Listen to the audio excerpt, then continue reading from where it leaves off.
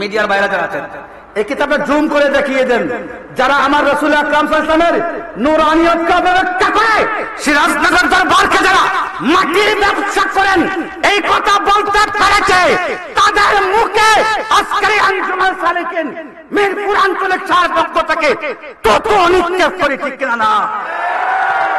এরা বাতিল, এরা প্রতারক, এরা মানুষকে ধোঁকা।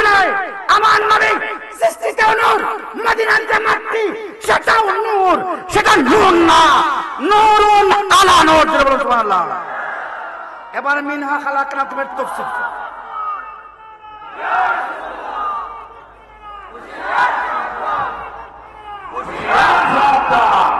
এবার তাইরি সাহেবের কাছে মাইক দিয়ে দিব। এই মুস্তাদরাক আলা সহিহাইন কিতাবে তাইরি সাহেবকে নিয়ে পড়বো, আমার বক্তব্য শেষ, তাইরি সাহেবকে এখানে নিয়ে আসবো। তাহিরি সাহেব, আপনি কিতাবটাকে একটু হাতে ধরেন। এই কিতাব, এটাকে মুস্তাদরাক আলা সহিহাইন, দেখেন হাদিস নাম্বার 1387 নম্বর হাদিস। এই হাদিসের মধ্যে বলতেছেন, এই যে দেখেন, কালা মাররাম নবী সাল্লাল্লাহু আলাইহি ওয়াসাল্লাম বিজানাজাতি ইনদা কাবরিন ফাকালা কবরু মান হাযা। ক্বালু, সাহাবায়ে কেরাম বললেন, ফুলানুল হাবশী ইয়া রাসূলুল্লাহ, একটা হাবশীর কবর আমরা খনন করছি।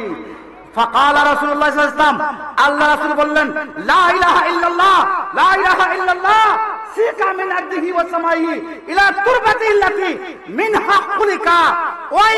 ওই জায়গা, যেই জায়গা থেকে আল্লাহ তাকে সৃষ্টি করেছে, মিনহা, বলেন মিনহা খালাকনাকুম ওয়া ফিহা নুঈদুকুম।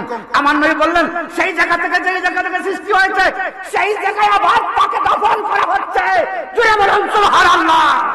এই হাদিসকে হাযা হাদিসুন সহিহুল ইসনাদ ওয়া লাম ইয়াখরুজাহু, এখানে বলতেন এই হাদিসটা সহিহুল ইসনাদ। এখন একটা কথা আছে, এখানে উসুলি কিছু কায়দা আছে।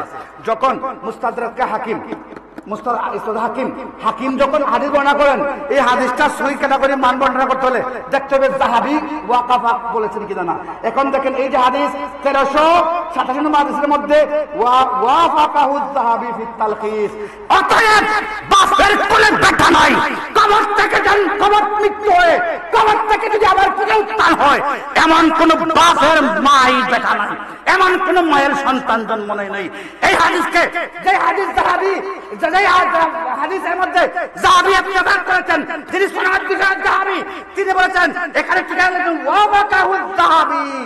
যাহাবী হাদিসের উপর ওয়াফাকা করেছেন, মুওয়াফাকা করেছেন, মুওয়াফিক করেছেন। এটার উপর উনি কি করেছেন, হাদিস সহিহ হওয়ার ব্যাপারে সম্মতি দিয়েছেন। অতএব আমার মাটি কবরের মাটি আর রাসূলের মদিনার তুরবত তিনত কি এক নেই?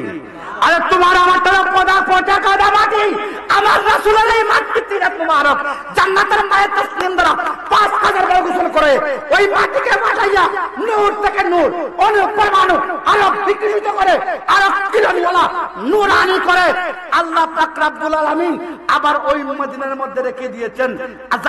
ইমাম মাহবুব আদনিয়া বলেন, ইয়া কালবুল আরদ, देखिए इस जमीन का दिल है, नूरुहा, ये नूर है, एक ही नूर।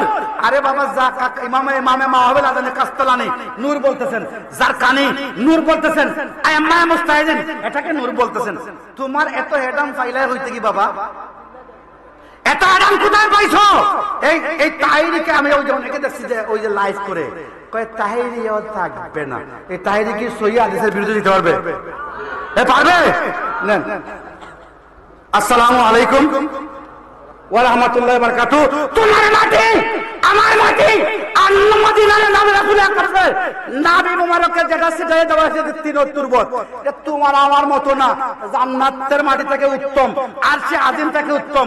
আরে আল্লাহর সৃষ্টির মধ্যে রাসূলের সৃষ্টির পরে আরশে আজিম সবচেয়ে উত্তম, আর সেই উত্তম থেকে আরশে আজিম থেকে যদি রাসূলের মদিনার তিনত তুরবতে মুস্তাফা যদি উত্তম হয়, তো তোমার মাথায় কি ফুকে ধরছে?